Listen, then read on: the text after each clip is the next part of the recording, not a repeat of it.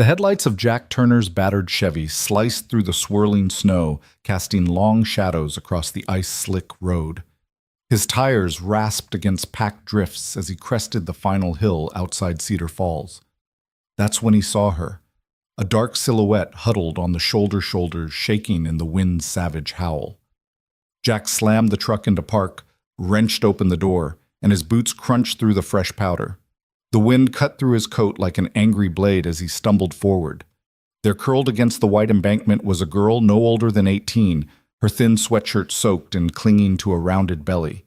Her dark hair masked a face etched with fear. Jack's heart seized. He didn't hesitate. "Hey!" he called over the roar of the storm, voice rough. "You're coming with me."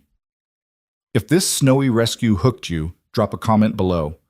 Where are you watching from? Hit subscribe and ring the bell so you don't miss a single chapter of this incredible journey. Jack Turner had never planned on being a hero. A widowed clocksmith with a 10-year-old daughter to raise his life thrummed with predictable rhythms, morning coffee with Lily, repairing antique timepieces in his workshop, and evening stories by the hearth. But tonight shattered every routine. He hoisted the shivering stranger into the passenger seat, brushing clumps of snow from her thin layers. "Just hold on," he muttered, turning the key and wrestling the truck back onto the road. Inside the cabin, warmth hit her like a wave. Jack guided her arm around a damp towel draped over a chair. Lily, clutching a flashlight, blinked awake at the top of the stairs. On seeing the stranger, her eyes widened, but Jack's calm voice halted any questions. "She needs help," he said. "Meet Mia." Lily descended carefully, her blanket trailing behind like a lantern's glow. Mia sank into the chair, eyes darting as if distrust was second nature. Jack returned with steaming bowls of lentil soup. "You must be hungry," he said, setting a bowl before Mia. She cradled it, steam fogging her lashes, and ate in measured spoonfuls. Lily hovered, then offered her favorite storybook, a battered copy of Charlotte's Web. Mia's lips curved in a wry half-smile. "Thanks," she whispered. The fire crackled, filling the silence. Jack rose and retrieved a second blanket. "You can sleep in Lily's room," he said. "I'll take the couch." Mia's shoulders tightened. "I don't want to be any trouble." Jack shook his head. "None at all. You're safe here." Upstairs, Lily set out pajamas and fresh sheets. Mia peeled off her damp clothes and donned the soft flannel shirt Jack had laid out. In the dim glow, she traced the quilt's pattern, breathing deeply. Lily perched on the bed. "I'm Lily. You can call me that." Mia nodded, voice barely a breeze. "Mia." Before sleep claimed them, Lily reached out and took Mia's hand. "My dad's nice." Mia's eyes glistened. "Thanks," she repeated. The next morning dawned pale and silver. Jack was already in the kitchen whisking pancake batter. Lily bounded down the stairs, hair tousled, eyes bright. Mia appeared in the doorway, meeker than yesterday, but curious. Jack flipped a pancake onto their plates and poured maple syrup. "Eat up," he said. "There's wood to chop." Mia joined them at the table, plates balanced on laps. Lily chattered about school friends, a spelling bee lost library books, while Mia listened, blinking at the mention of spelling bees. After breakfast, they donned coats and stepped into the half-frozen yard. Jack handed Mia an axe. "Show me you've got arms." He grinned, and Mia hesitated only a moment before splitting a log on her first try. Lily cheered. Mia laughed genuinely for the first time, and Jack felt something thaw inside him. Back in the workshop, Jack demonstrated clock repair. Mia watched the tiny gears with fascination, fingers itching to touch. "Ever work on clocks?" he asked. Mia shook her head. "I've worked on cars, my mom's." Surprise flickered across Jack's face. "You know your way around machinery?" Mia shrugged. "I learned quick." Their bond deepened over shared tasks, feeding the wood stove, clearing snow, and repairing a battered cuckoo clock. Lily would peek in, offering crayons and paper. Mia sketched tiny bird designs on clock faces, deriving comfort from creation. Jack watched her settle the rigid tension in her shoulders, loosening with each tick-tock of repaired gears. By evening, a routine emerged.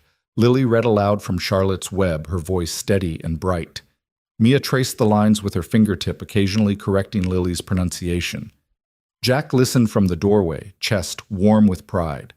The storm still raged outside, but inside was a different kind of storm, one of healing connection and new beginnings.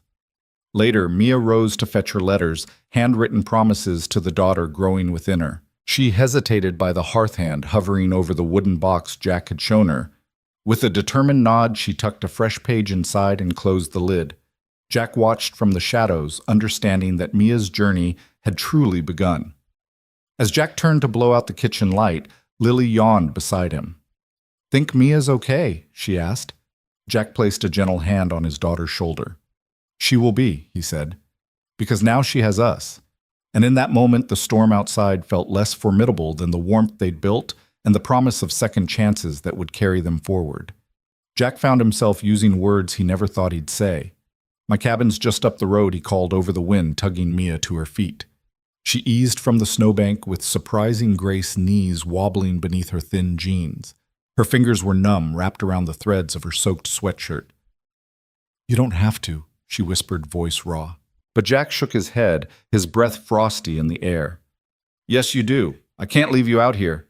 He half carried her to the passenger side of the Chevy, lifting her legs into the cab as though she weighed nothing. She clutched the seat eyes darting between him and the wipers that battered the windshield.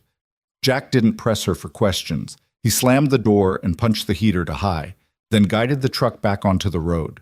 The engine growled into the storm, and the cabin's windows appeared through the white blur like faint beacons. Inside the space was small and fragrant with pine and well-worn cedar. The fire crackled in the stone hearth, casting golden shadows across the knotted wood walls. A row of cedar shingles stacked for winter repairs leaned against one corner. Maisie, Jack's daughter, sat cross-legged on the couch, a flashlight in one hand and a dog-eared novel in the other. When the front door swung open, she nearly dropped the book. Dad Maisie's voice quivered between curiosity and concern. She was 10, fiercely protective with a shock of curly hair and eyes that missed nothing. Jack set Mia gently on a stool by the hearth and grabbed a towel from the rack. "This is Mia," he said, draping the towel over her shoulders. "She needs somewhere warm." Mia's gaze flicked to the floor. "I thank you," she murmured, voice so soft it could have been swallowed by the flames. Jack cleared his throat. "Soup's on the stove. Help yourself." Maisie hopped up, blanket falling from her lap. She disappeared into the kitchen and reappeared with a steaming bowl held by both hands. "Here." She settled beside Mia, offering a spoonful. Mia looked at her, startled by the small kindness, then accepted a taste. The warmth pooled in her chest. Maisie, smiling shyly, pressed the spoon toward her again. Jack stacked more wood on the fire and turned to find his daughter watching him. "She's pregnant," he said quietly, staring at the flickering logs. Mia's hand tightened on the blanket as though bracing herself. Maisie raised an eyebrow old beyond her years but said nothing. She simply handed Mia a second bowl, making space between them. After they ate in silence, punctuated only by the soup's ladle and the fire's hiss, Jack retrieved a thick wool blanket and draped it around Mia's shoulders. "You can sleep upstairs," he said, voice gentle. Mia paused, chest heaving with a sigh of relief and shame all at once. She looked at Maisie, at Jack, at the cabin's worn comforts, and nodded. Upstairs, the bedroom smelled like lavender sachets and worn flannel sheets. Maisie showed Mia the guest bed where a stack of folded pajamas lay. Mia peeled off her damp clothes and slipped into the flannel shirt Jack had placed on the bed. The fabric was soft, imbued with the gentle aroma of cedar. She sank onto the mattress, tucking her knees to her chest. Maisie perched on the edge of the bed legs, swinging. She opened her mouth to speak, then thought tease. Instead, she leaned forward and placed a hand on Mia's knee. "Good night," she whispered. Mia's eyes filled with tears she hadn't felt safe enough to shed in weeks. She nodded, voice catching. "Good night." Downstairs, Jack let the front door close with a soft click. He found the fire still warm, the cabin's breathing steady. He poured himself 2 mugs of cocoa, one for himself, one for Maisie, and carried them to the kitchen table where he sat alone. Maisie soon joined him, rubbing her arms. "Can you tell me her story?" she asked, voice hushed. Jack stirred his cocoa slowly.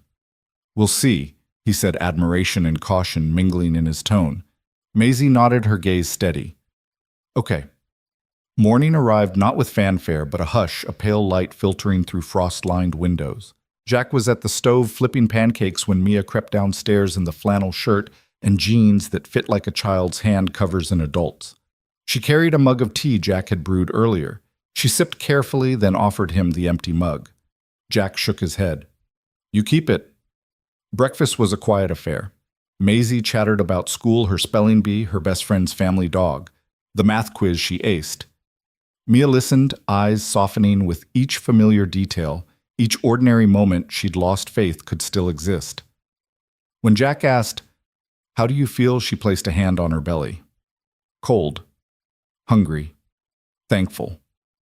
Jack passed her an extra pancake, and Maisie taught her how to fold it into quarters for syrup pooling. Mia laughed, the sound surprising her pure and unguarded. Jack caught Maisie's eye and raised an eyebrow. Maisie shrugged with a grin. They let Mia have that laughter-carving space for light amid her darkness. The day stretched ahead with chores stacking firewood, feeding the stove, clearing snow. Jack assigned Mia to split logs beside him. She lifted the axe and swung the blade, biting into wood with a satisfying crack. Jack nodded approval. Not bad, he said. Mia's lips quirked upward. I'm stronger than I look, she replied, surprising them both. As evening fell, Jack led Mia to the kitchen table, where he kept a wooden box, a keepsake of the family's past. He opened it to reveal folded letters, each addressed to his daughter on birthdays past. Ever write letters to someone you haven't met? He asked, passing her a fresh sheet. Mia hesitated, then accepted the pen. She sat by the fire's glow and began to write to the daughter she carried within, pouring out confessions of fear, promises of love, and hopes for a better tomorrow. Jack watched her in the firelight embers dancing across her face. Maisie sat beside her, arms wrapped around her knees, silent support embodied. The cabin's walls absorbed their quiet, bearing witness to a new family forming in the wake of a single brave act of kindness. When the words dried on the page, Mia folded the letter carefully and placed it back in the box. She looked up at Jack, gratitude mingled with vulnerability in her eyes. Jack offered a small smile. Get some rest, he said softly. Mia nodded, the burden of her journey eased by the shared warmth around her. As the night settled in, the storm still raging outside the cabin's small circle of light held them secure.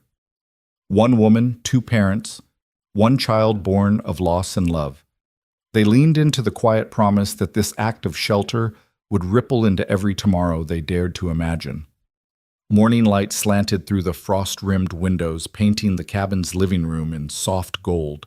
The storm had finally eased overnight, leaving drifts of sparkling snow piled against the porch steps and the scent of spruce lingering in the air.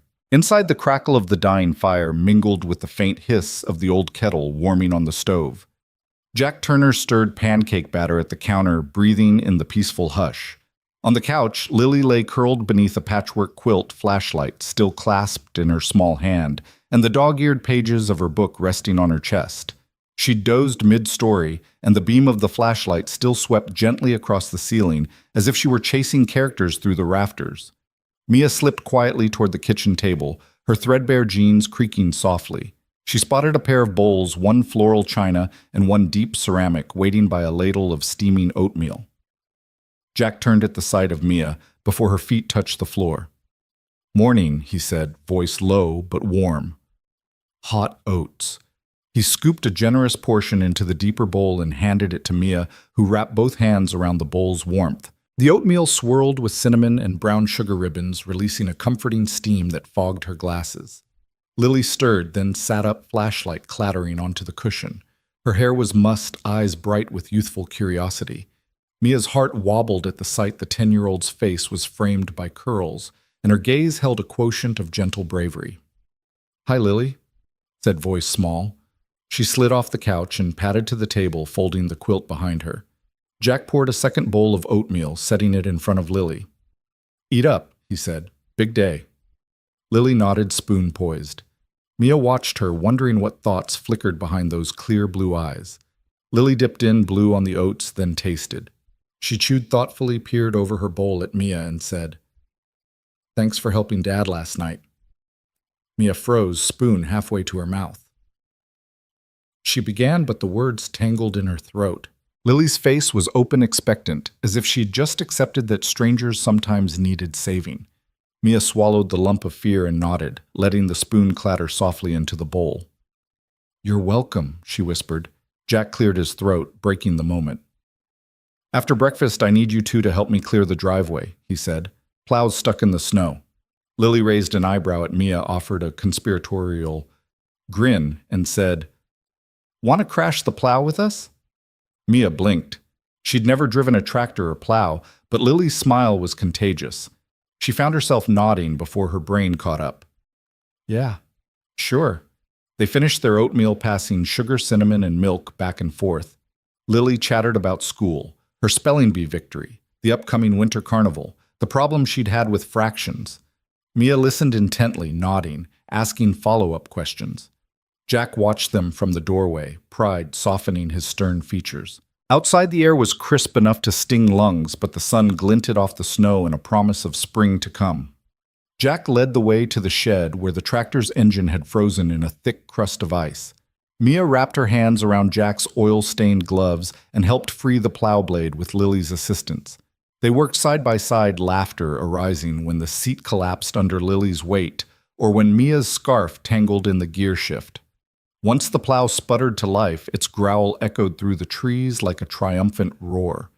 Jack climbed aboard the driver's seat, Lily squeezed in behind him, and Mia hopped up onto the back. Jack guided the plow through drifts taller than Lily's waist, the blade cutting clean paths back to the road. Mia braced herself, enjoying the bump and sway of the tractor, as though it were a roller coaster. Lily let out a delighted shout each time the blade smashed through a heavy snowbank, sending spray in shimmering arcs. When they'd cleared enough for a single lane, Jack cut the engine. They tumbled off in a tangle of scarves and mittens, breathless with exhilaration. Mia's cheeks were bright, and Lily punched her lightly on the arm. See, she said. Nothing to be afraid of. Mia's smile wasn't brave, it was real. They trudged back to the cabin, the snow crunching under their boots. Jack held the door for them, and they shook off snow like two new friends emerging from a secret adventure. Inside, warm air enveloped them once more. Lily dropped her boots by the rack, and Mia peeled off her gloves, placing them on the radiator to dry. Jack refilled their cocoa mugs as Lily sculpted a snowman in her mind, telling Mia every detail she planned for Carrot Nose and Pebble Eyes. Mia found herself chattering back, giving suggestions on how to use pinecone buttons. Later by the fire, Lily dozed once more, head resting against Mia's leg, as they all settled into a cozy circle. Jack leaned forward in his armchair, watching the two of them with a quiet smile. Mia stroked Lily's hair, remembering that first morning's frightened glance. Now, in the soft glow of the hearth, she saw no fear, only trust. The bond between them had flickered to life over bowls of oatmeal and shared labor in the snow. Jack cleared his throat gently. How about some stories, he asked, reaching for the stack of books on the coffee table. Lily's eyes opened fully this time, sparkling at his words. Mia felt her heart swell at the invitation. As Jack began to read, his voice rich and soothing, the cabin hushed around them. Outside, the world was still locked in winter's embrace, but inside, three lives. Once strangers were weaving into an unexpected family. And in the gentle cadence of Jack's storytelling, Mia realized that whatever tomorrow brought, she no longer had to face it alone. Mia eased into the morning light of Jack Turner's cabin as if awakening from a long, restless dream. The storm had passed, leaving the world draped in crystalline white, but inside was something warmer than any sunbeam. Jack and Lily were already in the kitchen when she crept downstairs. Jack at the counter pouring coffee for himself, and Lily busily buttering toast with the kind of graceful efficiency that only a 10-year-old raised by a single parent could master. Mia paused at the doorway, watching the way Jack handed the mug to Lily with that gentle, everyday care, and somehow it soothed a frayed corner of her heart. Jack beckoned her forward. "Cereal or oatmeal?" he asked. Voice a low baritone that vibrated through the quiet room. Lily didn't look up, but she slid the bowl of oatmeal toward Mia. Same as yesterday, she offered her tone matter-of-fact but kind. Mia nodded, heart fluttering with gratitude. She poured her own bowl, measuring the oats by memory, and stirred in cinnamon and a trickle of honey, just as Jack taught her. Lily's second bowl was already ready when Mia reached across an unspoken acknowledgement that she belonged. For the first time in weeks, Mia let herself settle into a routine that wasn't dictated by fear. After breakfast, Jack grabbed his heavy coat and swung open the door. "Time for firewood," he announced. Lily bounded ahead, scooping fresh logs from the stack by the shed. Mia followed more slowly, adjusting her scarf, and pulling on gloves that Jack had loaned her. She'd never thought she'd be trusted with an axe, but Jack handed it to her without a word. Her grip tightened around the handle, and she felt the weight transfer from the cold of last night into something solid and dependable in her hands. Jack demonstrated a practice swing, watching the blade slice into the wood with a satisfying crack. Mia copied his stance, flexing shoulder and wrist, then brought the axe down. The log split neatly, and they exchanged a look of quiet triumph. With the wood stacked neatly in the shed's lean-to, Mia felt the first real spark of pride since she'd arrived. Proof that she could still be useful, still be strong. Lily skipped back inside, and Jack lingered at the door, his gaze encouraging. Mia stepped into the yard, shoulders squared, as though shrugging off the last vestiges of cold. Each log she stacked was a small truss placed in her each swing of the axe, a measure of the confidence she was learning to give herself again. Inside the cabin's warmth felt richer than ever. Jack stoked the fire, amber tongues licking around the logs. Lily gathered blankets and set them on the couch, then fetched a tray of mugs for Coco. Mia observed the choreography of their morning, Jack's deliberate scrape of wood against Stone Lily's nimble fingers, uncorking the cocoa tin the way she tipped a spoonful of sugar into each mug just so. Mia carried her bowl of oatmeal to the table, but instead of retreating to a corner, she took the chair directly across from Lily. Their eyes met in a moment of shared acknowledgement. No words were needed, only the steam rising between them to affirm that she was welcome. As the day brightened, Jack clapped his hands. "Let's fix that leaky door," he declared. Mia rose to join him, spoon clattering into the bowl. In the entryway, a draft hissed through a crack beneath the threshold. Jack handed her a screwdriver and showed her how to tighten the strike plate. With each turn of the screw, Mia felt the edges of her world click into place. She tightened the last screw and tested the door. It closed with a satisfying thud. Jack nodded, pride shining in his eyes, and Mia nearly glowed with the knowledge that she'd made their home more secure. By afternoon, the sweat in Mia's gloves had evaporated, replaced by the satisfying ache of honest work. Jack guided her to the workshop where an old cuckoo clock awaited repairs. Lily sat nearby on a wooden stool, humming to herself. Jack explained how a missing gear could freeze the mechanism, and Mia peered through the magnifying glass he offered.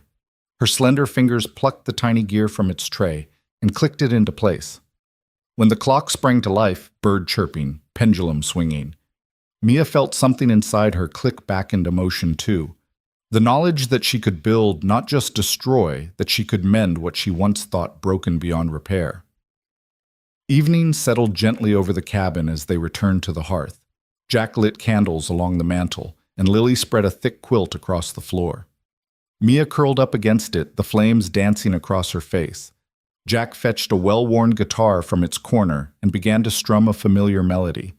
Lily closed her eyes and let the music wash over her, humming along. Mia watched their silhouettes against the flickering glow, realizing that trust wasn't just about tasks. It was woven in moments like this, in shared silence and soft song.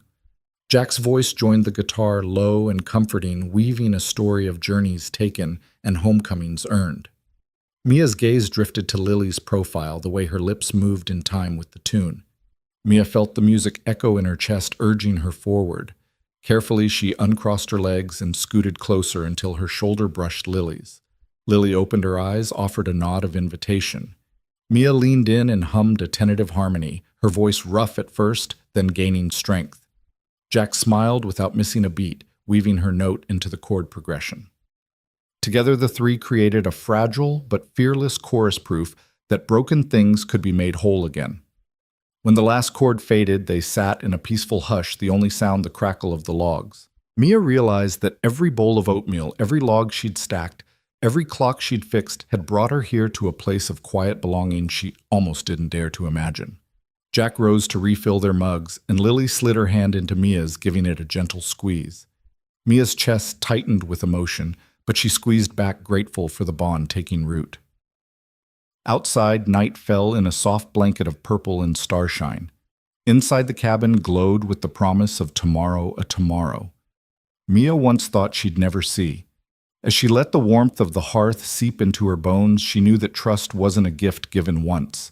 It was earned every morning over steaming bowls and every evening by the fire, and she was ready to earn it one small act at a time. The wind rattled the cabin shutters like drumbeats, a warning that the storm outside was no ordinary snowfall. Jack peered out the window, eyebrows knitting together as thick white curtains billowed across the driveway. "Looks like we've got a full-on blizzard," he said, voice steady but tinged with concern. Lily bounded over, her rosy cheeks pressed against the glass, breath fogging a small circle. "Can we build more snow angels today?" "Dad?" she asked, eyes sparkling with excitement. Mia stood behind them, shoulders hunched, watching the swirling snow with both curiosity and hesitation. Jack turned from the window and offered Mia his hand. "Want to join us? Bundle up?" He nodded toward the hall closet, where thick parkas, wool scarves, and mittens hung like colorful flags. Mia hesitated. Her thin sweater was no match for the storm's fury, but something in Lily's expectant gaze reached out to her. She slipped on the borrowed coat, feeling its weight settle around her shoulders like an unexpected promise of safety. As she tightened the scarf around her neck, she caught sight of her reflection in the mirror, a girl she barely recognized. Cheeks, pale eyes, wary. But then Lily reached out to tug her forward, and Mia followed each step, leaving a fresh imprint in the knee-deep drift. Outside, the air was a wall of white visibility reduced to a few feet. Jack led the way, breaking trail through the porch's drifts. Lily skipped ahead, arms outstretched, twirling in wide circles as snowflakes clung to her eyelashes. Mia's feet sank with each step, but she pressed on until they reached the clearing beyond the cabin, a wind-swept glade surrounded by tall pines bending under the storm's weight. The world here was hushed, save for the wind's roaring chorus and the soft crunch of their boots. Lily dove backward onto the snow, arms and legs flailing, and let out a squeal of delight. As she rose, she traced her arms through the snow, leaving a perfect angel with a frilled skirt and long, graceful wings. Mia watched for a moment, heart fluttering with an unfamiliar longing. Lily turned and waved her over. "You try?" She called, breath a cloud in the frigid air. Mia opened her arms tentatively and sat down, closing her eyes to the cold that bit through her gloves. She kicked her legs gently, sweeping her arms in slow arcs, then lay back and opened her eyes to the gray sky above. The motion was awkward at first. Her legs didn't rise as high. Her arms scraped harsh lines, but soon she found a rhythm, the back-and-forth motion soothing in its simplicity. When she stood and brushed the residual snow from her coat, she felt something shift inside her chest, a flicker of childish joy that she thought had been lost forever. Jack and Lily stood at the edge of the clearing, their forms blurred by the snow. Lily called out, "Look, Mia, yours is perfect." Mia blinked, then chuckled, a sound so soft and rare it seemed to startle her. She covered her mouth, eyes wide, as she realized she was laughing. Truly, laughing with no weight of fear knotting her chest. The echo of her laughter bounced off the snowy pines, a pure note in the storm's white noise. Lily danced closer, arms raised, and together they marveled at the pair of angels glowing on the ground. Jack reached into his pocket and pulled out his phone, holding it aloft. "Group photo," he shouted against the wind. Lily sprinted back to stand beside Mia, matching coats, mittens like tiny boats, and Jack took a quick snapshot. When the flash went off, a halo of light bloomed for a moment, catching every snowflake in midair. Mia peered at the photo, then at Jack, and winked. In that instant, she felt part of something larger than her own survival. She was woven into a new story, one where laughter could bloom even in the midst of a blizzard. They spent the next hour running through the clearing, Lily showing Mia how to make snowballs, Mia returning the favor with soft, gentle throws that landed like powder puffs. Jack joined in the three of them, an impromptu team battling imaginary foes with snow missiles and fits of giggles. At one point, Lily perched atop a drift and declared herself queen of the snow, and Mia bowed in mock reverence, delighting Lily with her theatrical flourish. Eventually, Jack called a truce. "Warm up inside," he said, voice breathless. Lily and Mia trudged back, faces flushed and clothes damp. Jack opened the door and they tumbled into the cabin like souvenirs of the storm, leaving tracks of white behind them. The warmth hit Mia immediately, a closing of winter's vice. Lily peeled off her gloves and flung them toward the wood stove, where they landed in a soft spray of embers. Mia shook the snow from her hem and followed Lily to the hearth, then sank into an armchair that enveloped her in comfort. Jack bustled in with a kettle of hot cocoa, and Lily grabbed mugs for them. Mia wrapped her fingers around the ceramic, drinking in the sweet, steaming liquid that felt like a homecoming in a cup.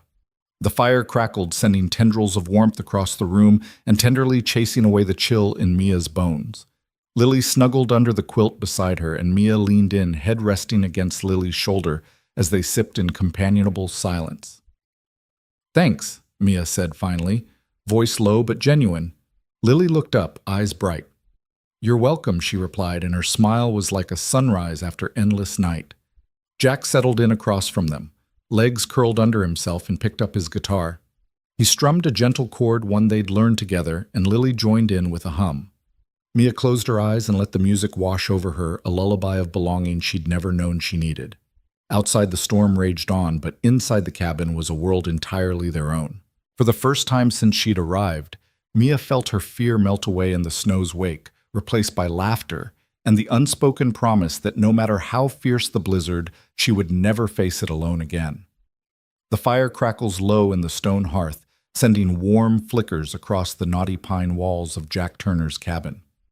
Outside, the last embers of the blizzard swirl against the windows, but inside there is only the soft glow of the flames and the hush that follows an evening of shared laughter.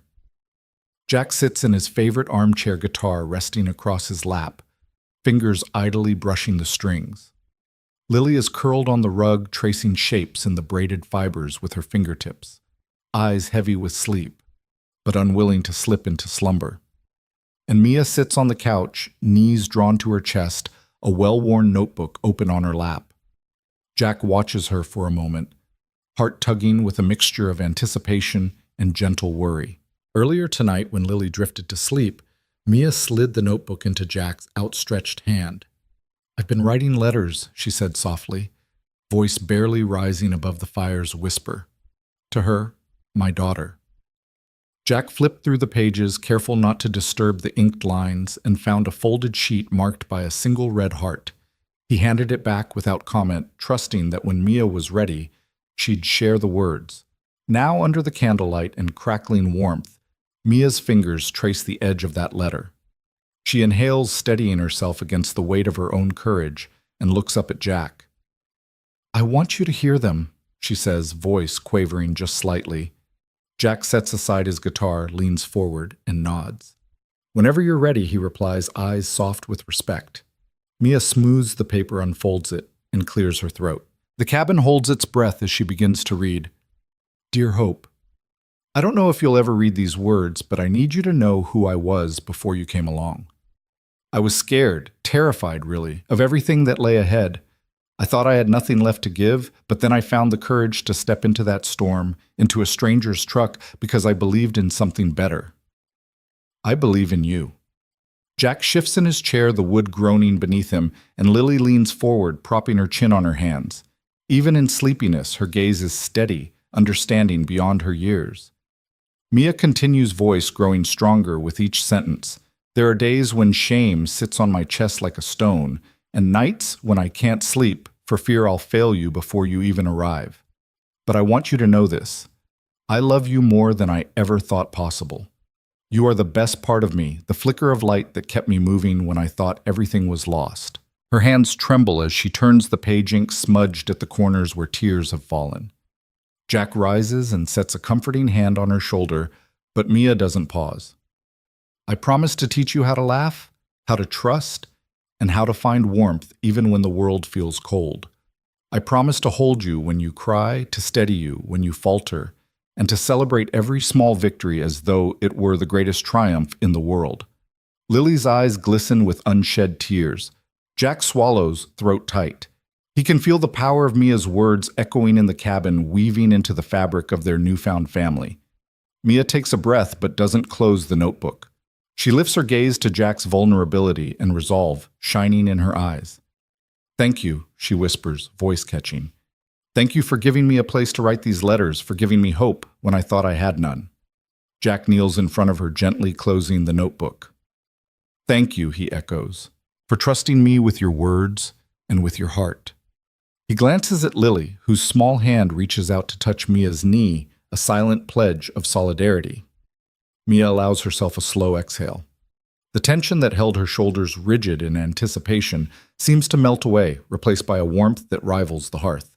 She sets the notebook on the coffee table, closes it with tender care, and looks around the cozy room at the fire, at Lily's expectant face, at Jack's steady presence.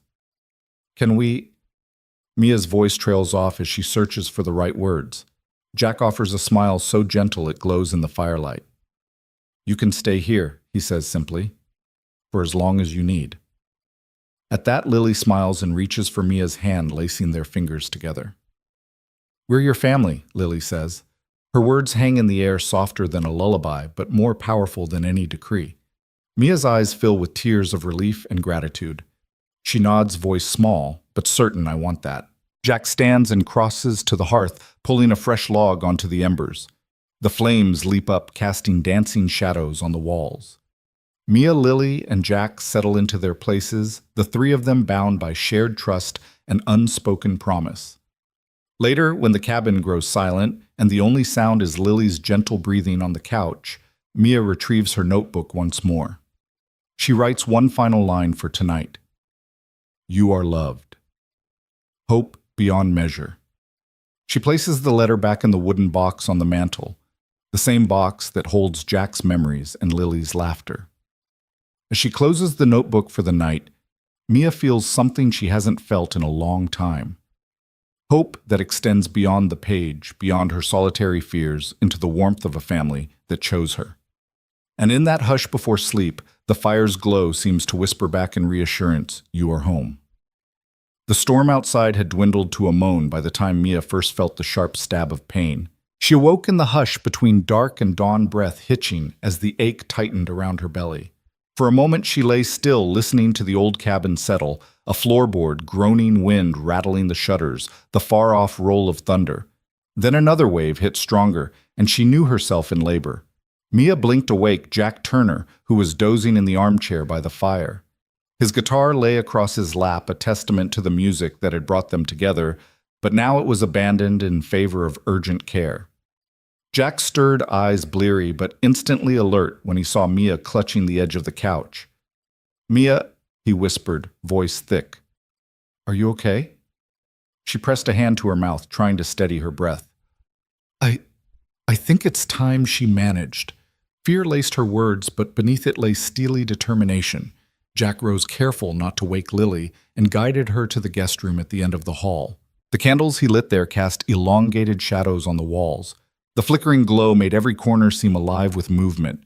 He laid fresh blankets on the bed and handed Mia a glass of water.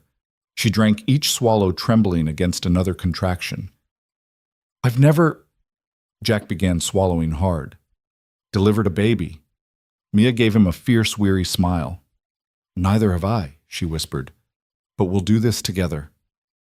The wind ramped up outside, rattling the windows with a renewed fury. Jack dashed to the fireplace and added more logs, the sparks dancing up the chimney like sparks of hope. He returned to Mia's side just as another contraction tore through her. She gripped the headboard, knuckles white. Jack knelt beside her, hands outstretched. "Tell me how I can help," he said gently.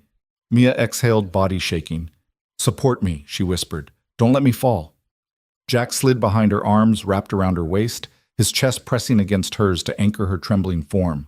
He breathed with her, inhale, hold, exhale, and counted each wave until the pain ebbed enough for Mia to find words. "The bag," she gasped.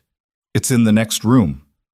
Jack rose swiftly and returned with the emergency kit, a collection of clean towels, scissors, and sterile gloves. He set them out on a small table and washed his hands at the sink, water cold but necessary. Mia watched, trusting him with each precise movement. When Jack slipped on the gloves, he looked up at her and she nodded, eyes fierce with gratitude. Another contraction seized Mia, stronger than before. She knelt on the bed, hands gripping the mattress, forehead slick with sweat. Jack supported her from behind, whispering encouragement. "You're doing great. Just breathe." His voice was calm even as his heart thundered. He placed a firm hand on her back, guiding her through each breath, each push. The cabin's walls seemed to lean in the fire's glow, softer now, as if bearing witness to this moment of radical trust. Then came the unmistakable shift, the sudden burn of progress. Mia's breath caught, and she looked at Jack, eyes wide. "I think—" she gasped, voice breaking. It's time. Jack braced himself. Okay, he said, voice steady. He slipped the towels beneath Mia's hips, readying for the baby's entrance into the world. Mia closed her eyes, summoned every reserve of strength, and with Jack's steady hands guiding her, she gave a powerful push. The world narrowed to that single moment of release, pain, sweat, ache, and then a new raw sound, a small cry sharp against the thunder's distant rumble. Jack caught the baby in his gloved hands, cradling her wet, wriggling form. It's a girl, he breathed, turning to Mia with wonder. Her exhausted smile was radiant. He carried the newborn between them, placing her gently on Mia's chest, skin to skin. The tiny cries softened as the baby curled into Mia's warmth, eyes squeezed shut. Beach blonde hair dusted with lanugo arms curled against a life she'd just claimed. Mia reached down to cradle the baby's head, tears trailing down her cheeks. Emma, she whispered, voice thick. You're Emma. Lily appeared in the doorway, eyes huge in the candlelight. She crept forward barefoot in her pajamas and peered at her mother and new sister. Mia's face broke into a tired laugh. Come meet your sister. Lily tiptoed onto the bed, crouching beside Mia. She reached out a trembling hand and brushed Emma's cheek. Hi, Emma, she said softly. I'm Lily. Jack covered them with a linen blanket, his own eyes misting. He gently cut the cord and tied it, tucking the baby close to Mia. The fire crackled in approval, and the cabin settled into a hush more sacred than any church. Outside, the storm's fury was forgotten. Inside, only the promise of new life remained. Lily sprawled beside Mia, propping her head on the quilt. Mia cradled Emma against her breast, humming a lullaby Jack had taught her. The three of them, mother, sister, midwife, sat in a circle of warmth that defied any blizzard. Jack watched from the doorway, his reflection a blur in the flickering firelight. Thank you, Mia whispered, voice so quiet it could have been a prayer. Jack stepped forward, placing a gentle kiss on Mia's forehead. You did amazing, he said, voice full of awe. The storm outside raged into the night, but inside the guest room, Emma lay in Mia's arms, her cries silenced by the soft hymn of life. Jack and Lily formed a protective arc around their fragile family, and in the quiet aftermath of labor, they discovered that even in the dead of night, love could be born, and that hope, once delivered, could light the darkest storm. Emma's first cry broke through the howl of the wind like a bell in the night, a single keening note of fierce insistence. The cabin's rigid walls shuddered as though startled, and outside the storm seemed to pause in mid-roar snowflakes suspended in the air. Jack Turner felt the sound cut straight through his chest, stitching an unexpected thread of joy and relief into every frayed nerve. He blinked back, the haze of fatigue and fear staring as Mia drew the newborn closer, cradling her trembling body against the dough-soft swell of her own. The fire's golden glow flickered across Emma's wet skin, revealing the first sparks of life in her scrunched face and wrinkled brow. Lily, half asleep on the edge of the bed, stirred, eyes widening as she realized the miracle unfolding before her. She slid off the mattress and stepped forward, trembling, until she stood beside her mother and the new baby, the three of them forming a small circle of light amid the darkness. Jack knelt at Emma's tiny head, reaching for a soft cotton blanket folded on the bedside table. He wrapped the blanket around Emma's shoulders, cocooning her in warmth. The baby's cries softened to a whisper as Mia smoothed the blanket's edge and laid Emma gently against her breast. Mia's fingers trembled on Emma's back, tracing slow, soothing circles. Shh, she murmured, voice thick with awe. You're safe now. Emma's cries faded to contented sighs, punctuated by tiny yawns that stretched her mouth into the shape of a rosebud opening. Jack drew a small stool to Mia's side and sat. His shoulders slumped with the weight of every denied hope he'd carried. He lifted his gaze to Mia's face, eyes glistening in the firelight. She's perfect, he whispered, voice cracking under the tenderness. Mia tilted her head, tears brimming in her lashes. She's ours, she replied, and her words were a benediction on the storm.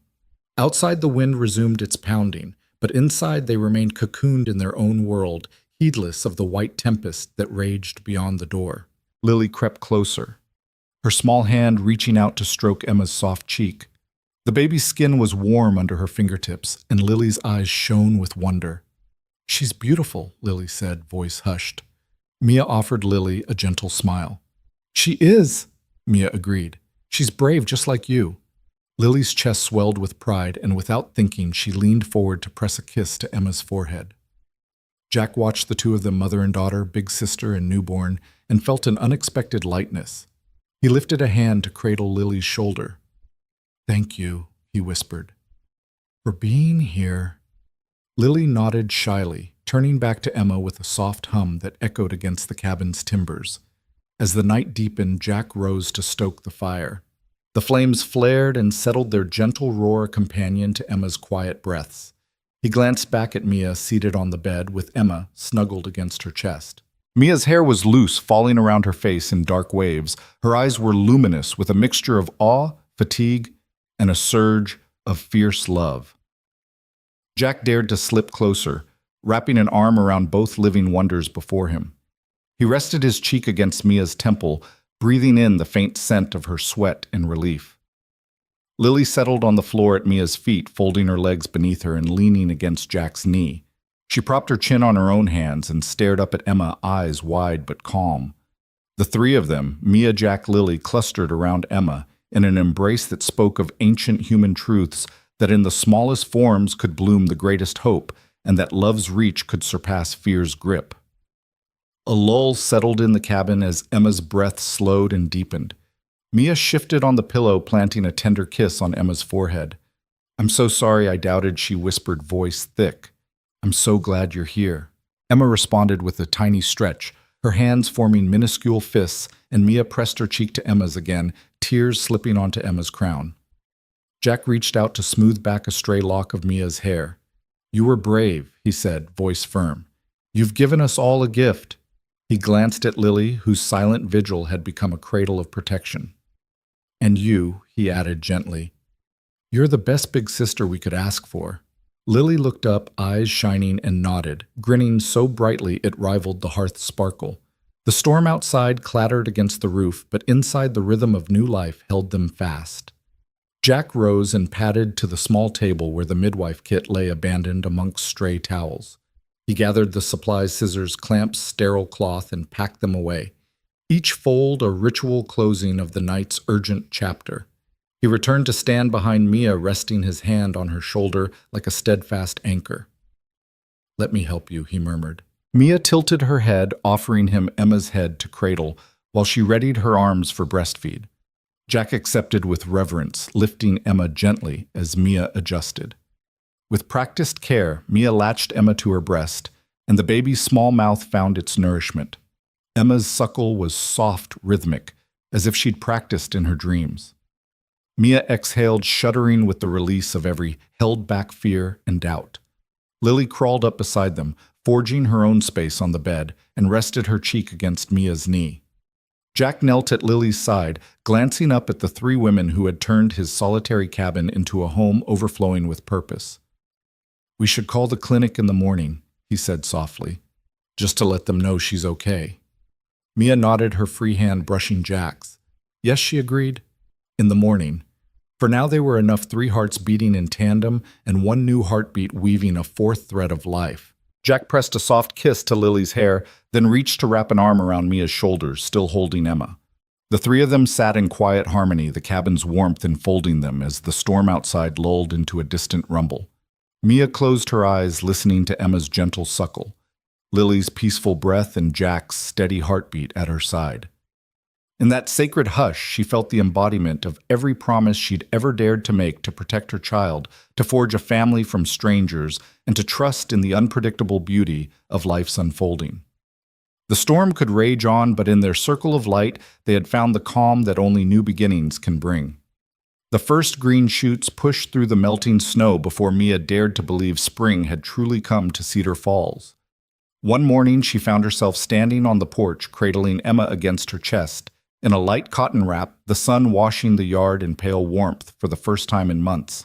Lily ran past, chasing a robin song, curls bouncing as she laughed. Jack hovered nearby, clearing away a leaning pile of firewood. Together they watched the world thaw frozen drifts, receding into patches of wet earth buds swelling on maple branches, the promise of renewal unfolding around them. Inside the cabin, the wooden box of letters sat on the mantel, dusted with pollen from the open windows. Mia touched its carved lid and remembered the snowy night she'd written her first desperate words to Emma.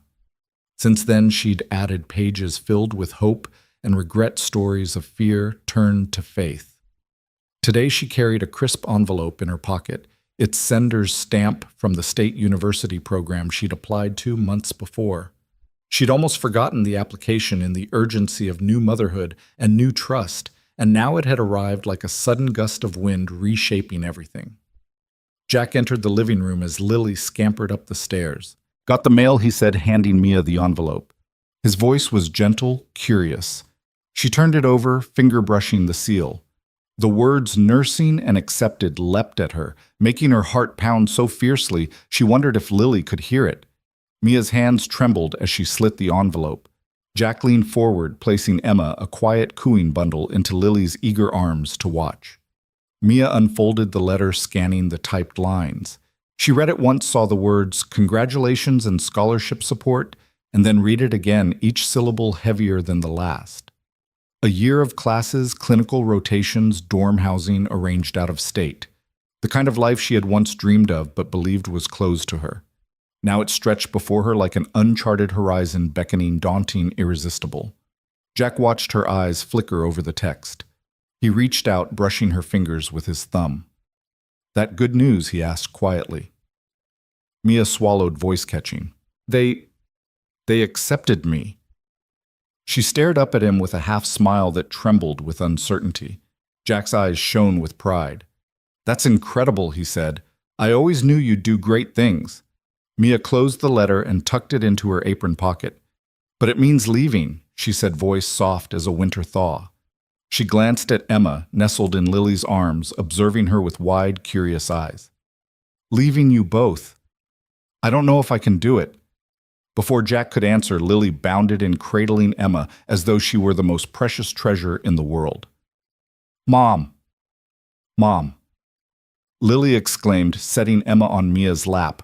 "Look what I drew." She handed over a sheet of paper, a family portrait. Jack with messy hair and a guitar slung over his shoulder, Mia with Emma in her arms, and Lily standing in a field of flowers under a bright sun. Above them, in childish letters, was written, "Family Forever." Mia blinked away tears she hadn't realized were waiting. She swept Lily into a hug, then pulled Jack and Emma close for a family embrace. In that circle of arms, she felt the pull of home warp around her, gentle and unbreakable. Yet the letter in her pocket called to her too, whispering that Emma deserved a mother with purpose, and Lily, a role model who reached beyond her fears. Over the next week, Mia kept busy with routines, feeding Emma, teaching Lily to balance on a new bike in the driveway, helping Jack prepare clocks for repair, and cooking dinner by the dwindling hearth. But every moment her thoughts drifted to that letter. At night she sat in Jack's old rocking chair, Emma snoozing against her chest, and traced the envelope's creases with her fingertips. She imagined the long dorm halls, the sterile scent of hospitals, the hum of fluorescent lights. She saw herself in a crisp uniform, confident and capable Mia, the nurse saving lives. One evening, Lily found her there. "Mom, are you sad?" Lily asked, hugging her mother's legs. Mia looked down at her daughter's concerned face and knelt, brushing green grass from Lily's socks. "I'm a little scared," she admitted. "It means I'd be gone for days at a time." Lily's shoulders drooped and she grasped Mia's knee. "But you say I can do anything," Lily reminded, her voice trembling with the weight of that lesson. "I think you can do this too." Mia pressed her hand to Lily's cheek. "You're right," she said. "I taught you that so you'd know you can face anything. Now it's time I believe it for myself." Lily smiled bravely, wrapping her arms around Mia's waist. Emma kicked sleepily at Mia's side as if cheering her mother on. That night, Mia sat Jack down by the fire, the letter unfolded on the coffee table. "I'm going," she said softly, fear and determination mingling in her eyes. Jack's face fell, but he masked his disappointment with a nod. "I know," he said. "It's an incredible opportunity." Mia crossed to him and pressed her hand to his cheek. "I don't want to leave you alone," she whispered. Jack took her hand and folded it against his heart. "You'll never be alone," he replied. "We're a family now. We'll make this work, visits, holidays, video calls." He gave her a gentle smile. "And Lily will need her mom to show her how strong she can be." Mia felt tears sting her eyes. She looped her arms around Jack's neck. "I'm going to miss this," she murmured, voice quivering. "I'm going to miss us." Jack rested his forehead against hers. "Me too," he said. "But I'll be here building clocks, making pancakes, and telling your daughter every day that you're the bravest person I know." Mia closed her eyes, letting his words settle into her bones. The next morning, Mia packed her duffel bag in the spare room they'd set aside for Emma's early naps. She folded Lily's favorite blanket at the top, placed Emma's knitted cap on the pillow, and tucked the letter into the front pocket for safekeeping. Lily stood by the doorway, clutching a tiny box tied with ribbon. "For when you get homesick," Lily said, voice firm. Mia unwrapped it to find a simple charm bracelet, each charm a tiny clock, a rocking chair, and a snowflake. Mia knelt and slipped it onto her wrist. "Now I'll carry you all with me," she said, tears shining in her eyes.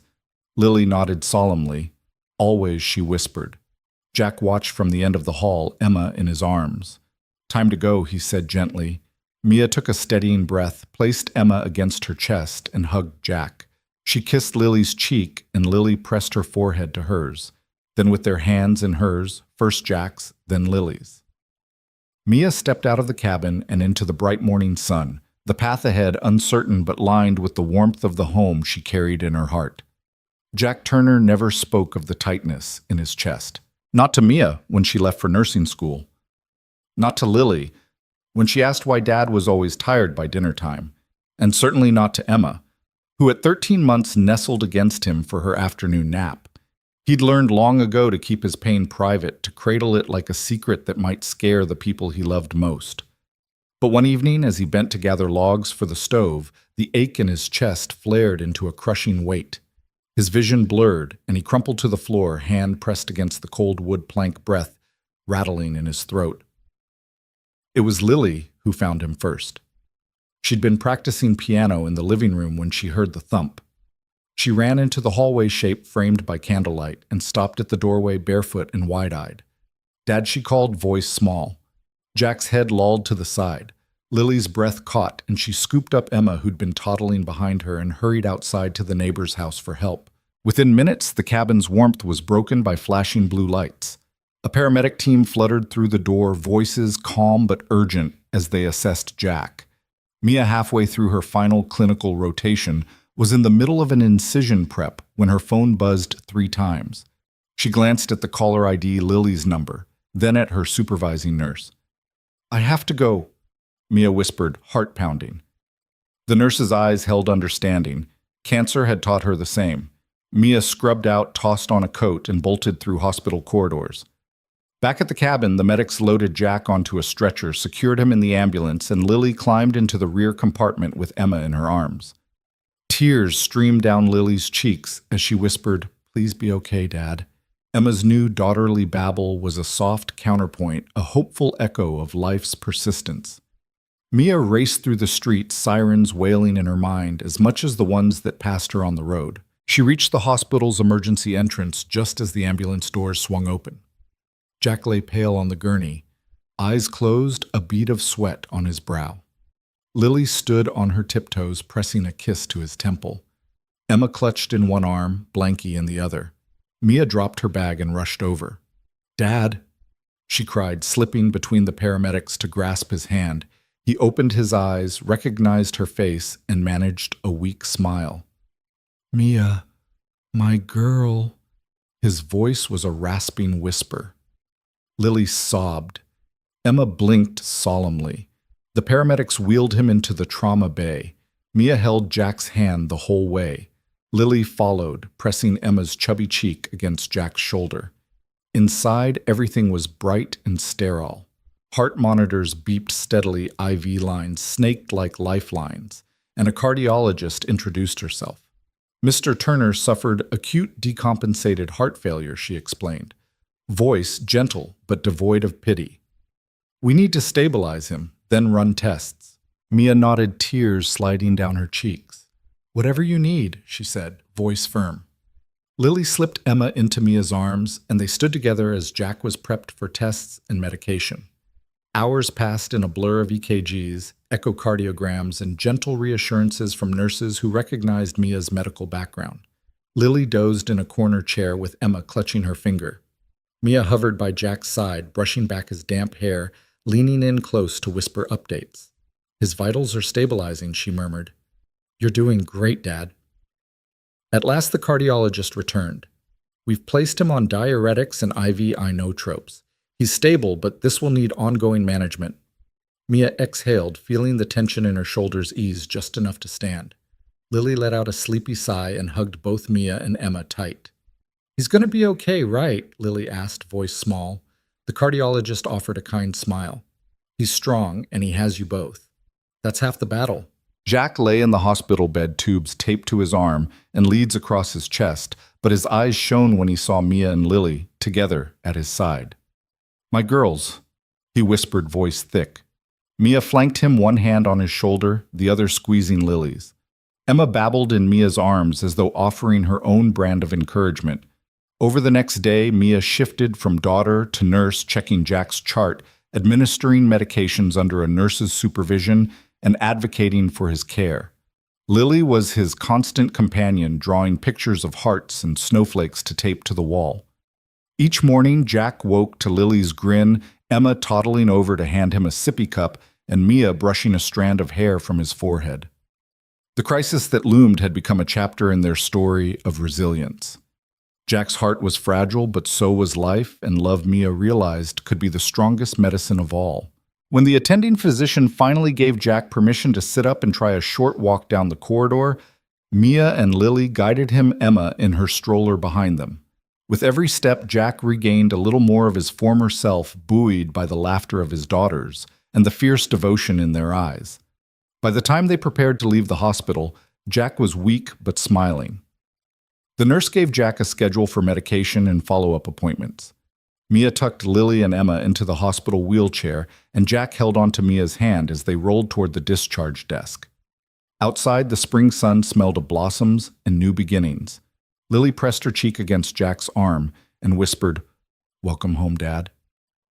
Emma reached up to pat his chest, and Mia slipped an arm around his waist, steadying him.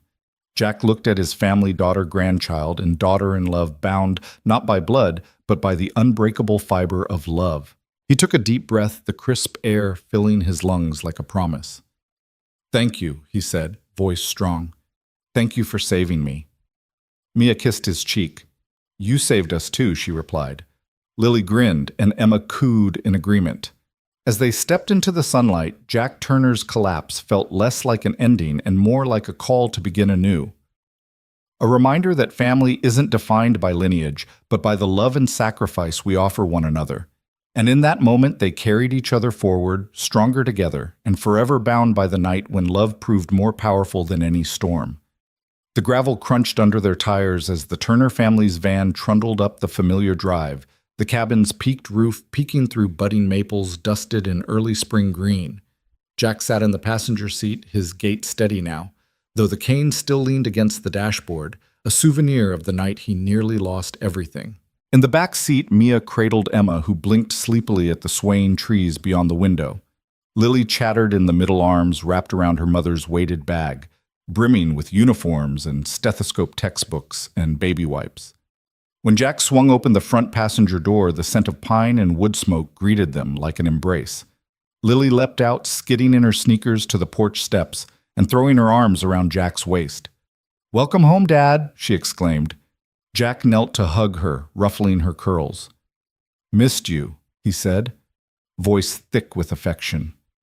Mia eased out of the van, Emma tucked against her chest in the soft wrap, and breathed in the cabin's warmth even before the door clicked shut behind her. "Home, sweet home," she murmured. Lily bounded inside ahead of them, pressing her face to the window, watching for movement by the hearth. Inside the hearth glowed with embers that Jack had tended earlier that morning. The wooden box of letters and mementos still rested on the mantel, alongside a row of framed clocks ticking in harmony, each one repaired by Jack's hand. Mia set her bag and textbooks on the dining table and knelt to unbuckle Emma's harness. Emma reached for the quilt draped over the couch, her small fingers grasping at its fringe. Lily scooped the baby up and carried her to the hearth, placing Emma gently onto the rug, where her eyes widened at the dancing flames. Jack stepped into the kitchen and flipped on the kettle, the hiss familiar and comforting. Mia sank into the armchair near the stove, Emma settling on her lap, and closed her eyes for a moment, grateful breaths filling her lungs with the scent of home. Lily ran in with a bowl of fresh strawberries, giggling as she dropped a few into Emma's chubby hand. Emma plucked them one by one, marveling at their redness, and popped the first into her mouth with a sticky, sweet squeal.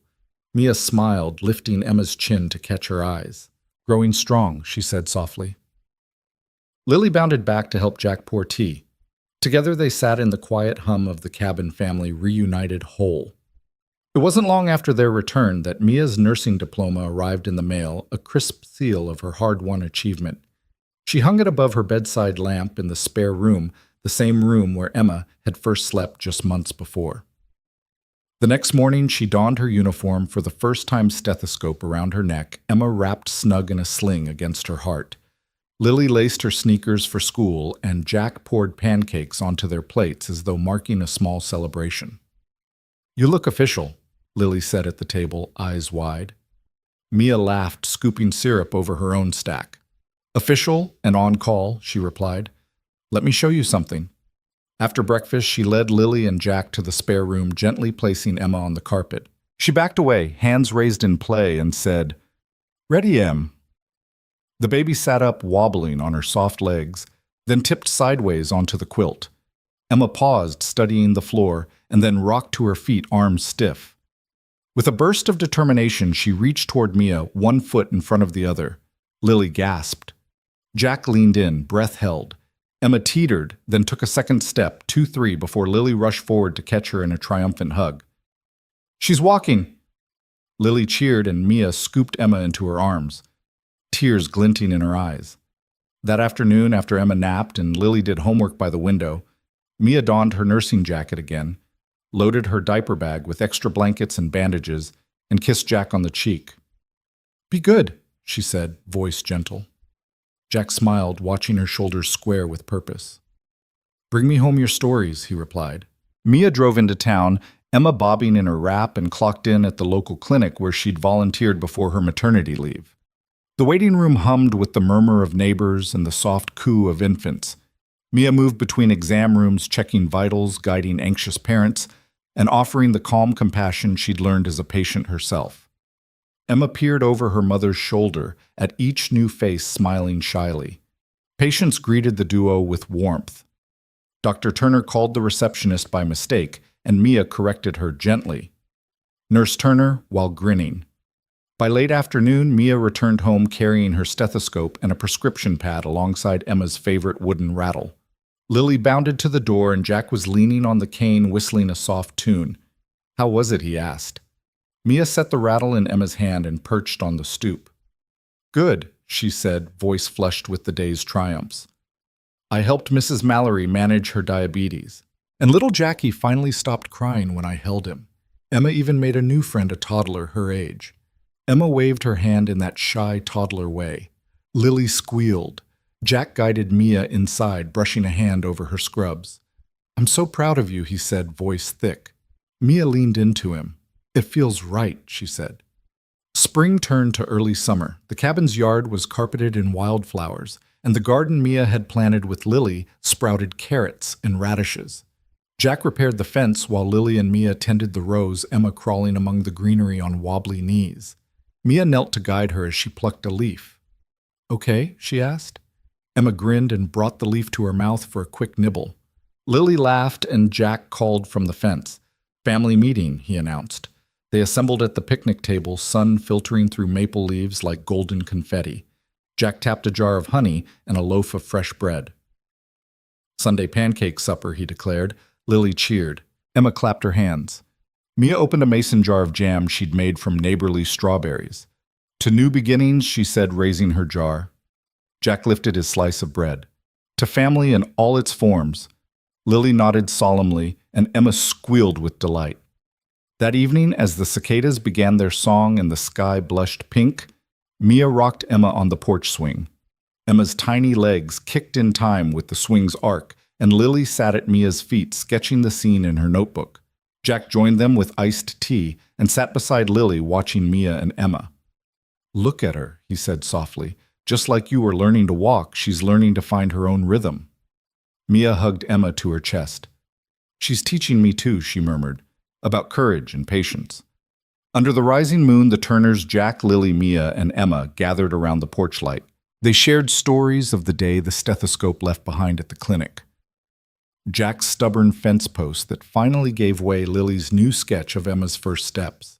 The cabin, once silent and empty, now thrummed with the rich harmony of their lives. Every repair, every meal, every step forward a chord in their shared song.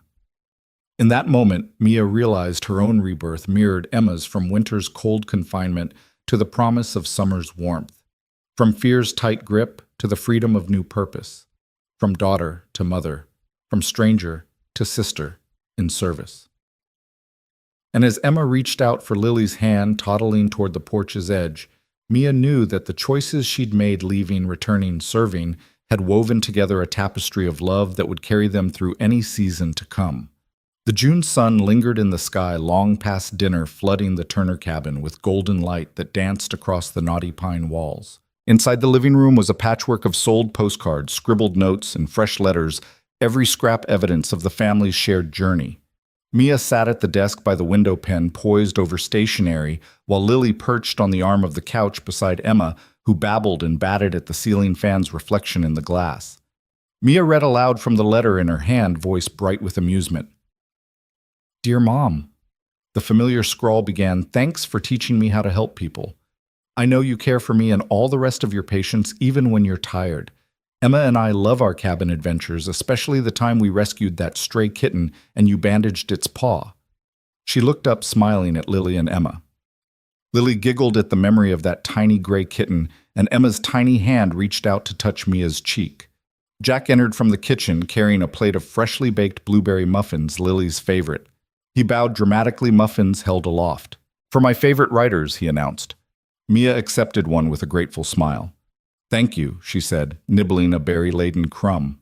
Lily hopped down to join Jack at the coffee table, and Emma waddled after her, clutching the edge of the couch for balance.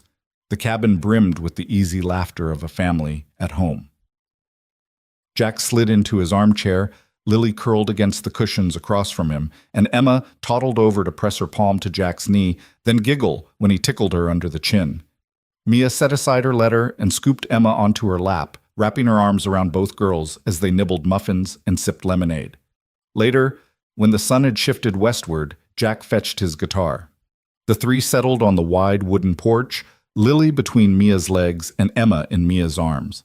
Jack strummed a soft chord, one they'd practiced back when melody was the key to unlocking Emma's first wail, and began a lilting tune about fields of clover and new beginnings. Mia harmonized her nursing scrubs, replaced by casual summer linen, and Lily added her bright little voice on the bridge. Emma squealed in delight, clapping her chubby hands as the notes floated across the lawn. As dusk approached, the porch light revealed flickering fireflies weaving through the darkening pines. Jack set down the guitar and retrieved the wooden box from the hearth, a treasure chest of letters, both written and received. Lily helped Mia unlatch the lid and pulled out a folded note addressed to Dad, written in Lily's careful scrawl. "Thank you for the snow angels in spring and for teaching Emma to walk in summer. You're the best dad ever." Jack's eyes glistened as he read it aloud, his voice thick. He folded the paper back and reached for another, this one from Mia, filled with gratitude for the home they'd shared and the second chance they'd all been given. Lily leaned against him. Emma nestled in at his side, and for a moment the world felt perfectly still. Inside, the kitchen clock chimed 8 times each echo, a reminder of time's passage and life's precious moments. Over pitchers of iced tea and slices of rhubarb pie, they spoke of the future Lily's dream science project on local bird populations, Emma's new toddling milestones, and Mia's upcoming schedule at the community clinic. Jack listened, offering gentle advice and knowing smiles. When Mia spoke of her next training seminar, Jack squeezed her hand. "I'll manage the cabin," he promised, "and Lily and Emma will keep me busy." Mia laughed, resting her head on his shoulder. As night deepened, they migrated back to the living room. Lily fetched her favorite picture book and curled up in Mia's lap. Jack returned to his armchair with Emma perched on his knee, her eyes heavy with sleep. Mia read aloud, voice rhythmic and soothing, weaving the girl's journey into the fabric of bedtime lore. When the final page turned, Emma yawned and Lily stifled a snore against Mia's arm. Mia carried Emma upstairs to the nursery, now painted a gentle sage, and filled with handcrafted shelves for diapers, toys, and the nurses' manuals that balance service with motherhood. She tucked Emma into her crib, kissed her forehead, and whispered, "Good night, my little hope." Lily fluttered in behind her, planting a kiss on Mia's cheek on her way to bed. "Sweet dreams, Mom." Lily sighed sleepily. Downstairs, Jack flicked off the lights one by one. The cabin returned to its quiet heartbeat clocks ticking in harmony with the steady rise and fall of the beds upstairs. Jack stepped onto the porch one last time, breathing in the cool night air scented with pine and fireflies. He gazed at the window's warm glow and smiled, thinking of the letters that lay sleeping in that wooden box, letters that told of rescue, rebirth, and unwavering love. Under summer's long light, they had planted seeds of kindness and now laughter, and Emma's giggles echoed through the once silent home. From roadside rescue to these homecoming days, 3 lives had been reborn. Strangers woven into a family by the unexpected kindness that first brought them together. And together they looked toward every dawn with hope, shining brighter than any strain of verse.